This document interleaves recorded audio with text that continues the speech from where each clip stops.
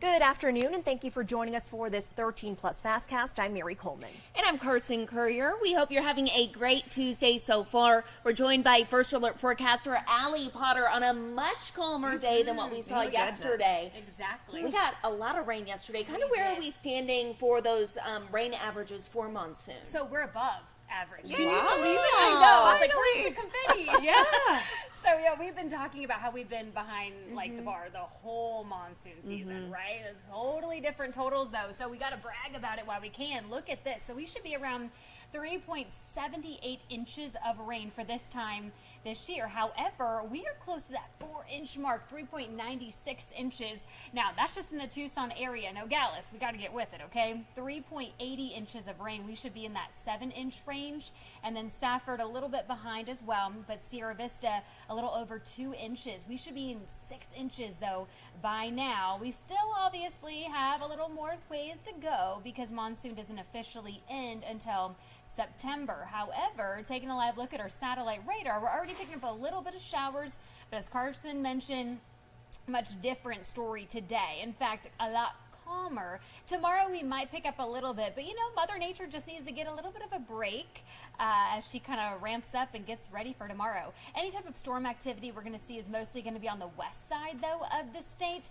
Picking up a little bit, though, spotty showers here in Cochise County, parts of Elfrida, a little bit in the Douglas area, Tombstone, Benson, parts of Nogales. But look at here, Tucson remains dry. Unfortunately, that's going to continue for the rest of our evening. Might see a little spotty showers here and there, but I wouldn't put too much money on that one. But temperature-wise, we can't complain. Look at this, 96 degrees right now in Tucson, 91 if you're in Sierra Vista, 99 for Safford. Nogales dropping in temperatures because of those storms. 75 degrees, awesome down there. 97 in Marana, 83 for Benson, 87 for our friends down in Bisbee. So what does next week look like? And I know you're going, yeah, but let's talk about this week. But I do want to tell you, giving you a heads up, enjoy these cooler temperatures that we're seeing in the 90s because starting next week, we're going to likely be above average though. So just giving you a heads up because those 105 range marks are back in the forecast. So just to give you a better idea of how to plan out the rest of your afternoon into your evening, here is what we're going to be looking like. A little spotty here and there. Again, just a little bit of scattered showers, mind you. Again, a little bit in the Tucson area, parts of mostly Sells, Ajo, Sonoyta seeing majority of that, but really just spotty as we head into the rest of our Tuesday. For tomorrow, though, a better chance for rain at a 30%, 92 degrees. So cooler temperatures, ladies. Look at that. Enjoy. Woohoo. 81 if you're in Sierra Vista, 88 for Nogales, 83 in Douglas. The best chance for rain, obviously, here will be in Sierra Vista, Nogales, and Douglas with that 50% chance for rain. Your 7-day forecast, the 90s do continue, but unfortunately not lasting very long. Starting on Friday, that warm-up does begin. Triple digits back in the forecast.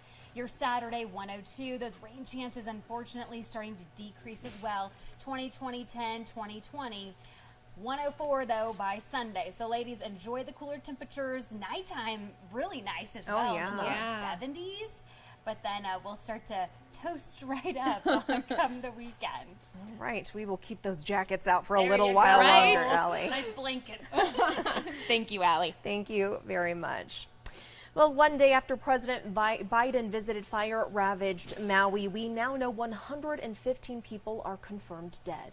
Yeah, that's right, Mary. Search and rescue operations are still underway as hundreds of families sit and wait for answers. But now a new worry is rising from the ashes, a lack of tourism. Our very own Eddie Dowd has that story. Driving by Maui's Kahului Airport, it's hard not to notice the rows of cars parked on grassy fields. Staff tell us this is an overflow lot for rental cars that are not being used, but some we talked to say they haven't seen these lots this full since the COVID-19 pandemic. It brought back memories of when we had to shut down. Michael Victorino, Maui County's former mayor, guided his island while the virus first spread throughout the state. A little hurt that, all these cars are not being utilized. But yet on the other side, that means our roads are not clogged too. Maui rental car workers told us demand has dropped significantly since the devastating wildfires on August 8th. State data shows there were about 7,000 domestic arrivals on Maui daily before the fires. Now it's lingering below 2,000. This as the tourism industry tries balancing the need for visitors without disturbing fragile communities heartbroken over the fires. Hawaiian Airlines was initially discouraging non-essential travel to Maui after the fires, but is now echoing Governor Josh Green's message to travelers, a plea for a return to the islands, but making sure to stay away from West Maui. Right now, I want to speak to the world when I say this. All of the other areas of Maui, friends, and the rest of Hawaii are safe.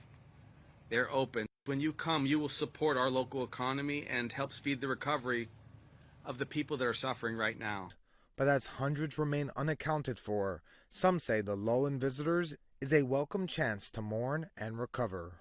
My concerns are that visitors now may not be very respectful to the fact that we are grieving. We have not found our dead. There are many people who are missing. We really haven't grieved that. Eddie Dowd, Hawaii News Now.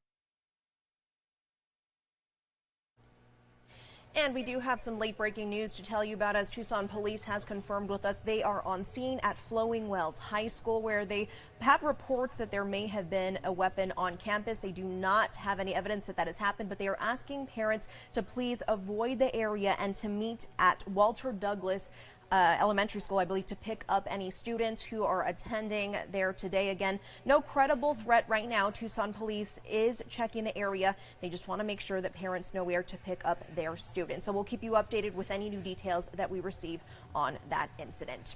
And switching gears, Carson, let's head over to a developing story where we know two of Trump's co-defendants in the Georgia indictment have turned themselves in. According to jail records, those two are Scott Hall and John Eastman. Hall turned himself into the Fulton County Jail this morning. Hall, who works as a bail bondsman in Atlanta, is facing 7 charges. He's accused of conspiring to unlawfully access voter data and ballot counting machines. He posted a cash bond and was immediately released. Yeah, that's right, Mary. And John Eastman has also been booked and released. He was charged with orchestrating the fake elector scheme to keep Trump in office. Eastman released a statement before he surrendered this morning. In part, it said, quote, "I am here today to surrender to an indictment that should never have been brought." The statement ended by saying, "I am confident that when the law is faithfully applied in this proceeding, all of my co-defendants and I will be fully vindicated," end quote. Former President Donald Trump says he will surrender in Georgia on Thursday. And some news for those with student loans. The Biden administration has officially launched its new student loan repayment program. It's called SAVE and aims to significantly lower payments and reduce overall loan costs for millions of people. The White House says the income-driven repayment plan will calculate payments based on the borrower's income and family size and not necessarily their loan balances. It will also forgive remaining balances after a certain number of years. The administration is encouraging borrowers to apply for the plan as soon as possible. That way, the account changes will have time to take effect before the current years-long payment pause ends this October. SAVE will be fully implemented next summer. And here at home, in-person certification assistance is back up and running in Tucson. This is the first time since 2019. Our Jack Cooper has more on the teacher shortage that we're experiencing here, and really a lot of people are experiencing across the nation. They say this will get more certified teachers into classrooms faster. Now this is for people that already have their college degrees that are working towards that certification. Now, to be part of this program, you need to have your bachelor's degree and have an accredited or state-approved teacher preparation program under your belt. Leaders tell me that the goal of this is to help with problems or questions that applicants might have so they can start teaching. And in part, that'll lower the number of open teaching positions that are available here in southern Arizona. We do have a very, very serious teacher shortage. We want to make things as easy as possible, and we're making certification easier is one of those things. We're doing whatever we can to help with the teacher shortage. Now, that new office is located on Congress Street in downtown. It's actually right here behind me. You see the full address on your screen right now. If you do want to stop by, you can do so on Thursdays from 12:30 until 4:30 in the afternoon, or you can do so on Fridays from 8:30 in the morning until 12:30. All this information and more is up on our website right now. Reporting downtown, Jack Cooper. Back to you. Take a look at our website. This story is just, it makes you go, oh my gosh, how sweet is that? A reminder that love is never too late. Two New Jersey natives know that sentiment all too well. At 83 and 93 years old, this couple on your screen is getting married. But they've known each other for 64 years. So definitely waited a little long to make the full commitment, but super happy for them. Joe, the 93-year-old groom, has never been married before. Both of their families are gearing up for this big celebration that is coming in October. I bet it's the talk of the town. It's going to be How a huge cute wedding. is that? I love it. Adorable. I know. Adorable. Well, here's a look of our Skycam outside, one of them anyway. We just wanted to remind you again about some breaking news taking place right now. Tucson police is at Flowing Wells High School for reports of an armed person. Parents are asked to avoid this area.